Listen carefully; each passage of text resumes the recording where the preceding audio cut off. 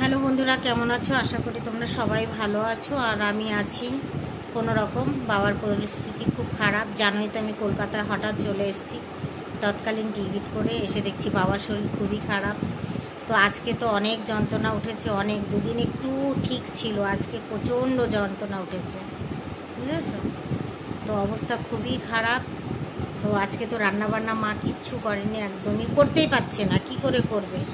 সবাইকে দরকার। এই ঘরে অবশ্য কাউকে ঢুকতে দিত না, বুঝতে পারছো? এই যে বেডটায় শুয়ে আছে দেখতে পাচ্ছ, এই বেডটায় কাউকে ঢুকতে দিত না, এই ঘরটায়। আর যাই হোক, এখন সবাই সামনে আয়, সবাই সামনে বসে থাক, গল্প কর, আমার সঙ্গে কথা বল। জানি না ভগবান কি করবে, সেটা আমি বলতে পারছি না। মন মেজাজ ভালো নেই, কিন্তু আমাকে একবার এক জায়গায় যেতে হবে, বেরোতে হবে। ভালো লাগছে না যেতে, কিন্তু বারবার ফোন আসছে ওখান থেকে, বুঝেছো? এখন হয়তো যাবো ভাবছি, মন মেজাজও ভালো লাগছে না।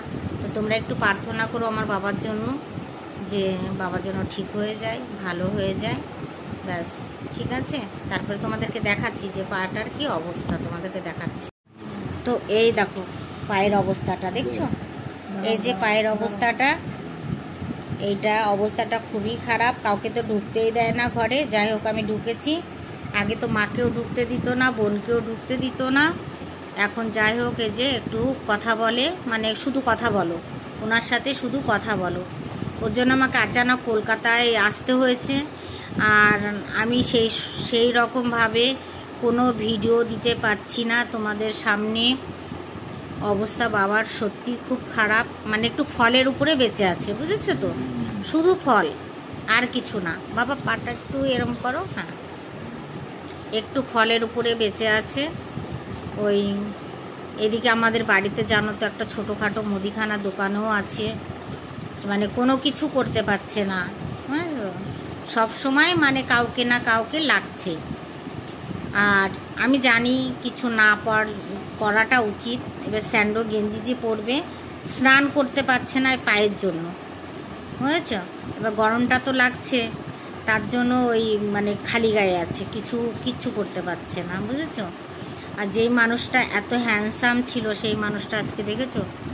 আমাকে দেখো তো, আমার মতো গোলুমলু ছিল আমার বাবা। তো এখন এই অবস্থা, বুঝতে পারছো? তাই এই অবস্থা।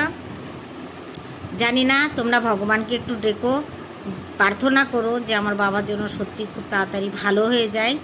যার কেউ না থাকে তার ভগবান থাকে, তাই তো?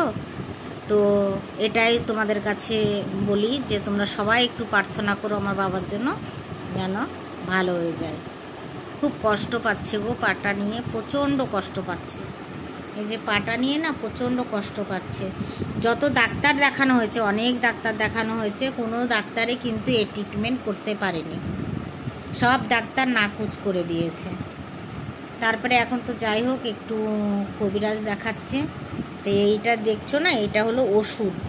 মাকে বললো বেটে দিতে, মা বেটে তারপরে লাগিয়ে দিল পায়ে, মানে কাউকে হাত দিতে দেয় না, বুঝেছো তো?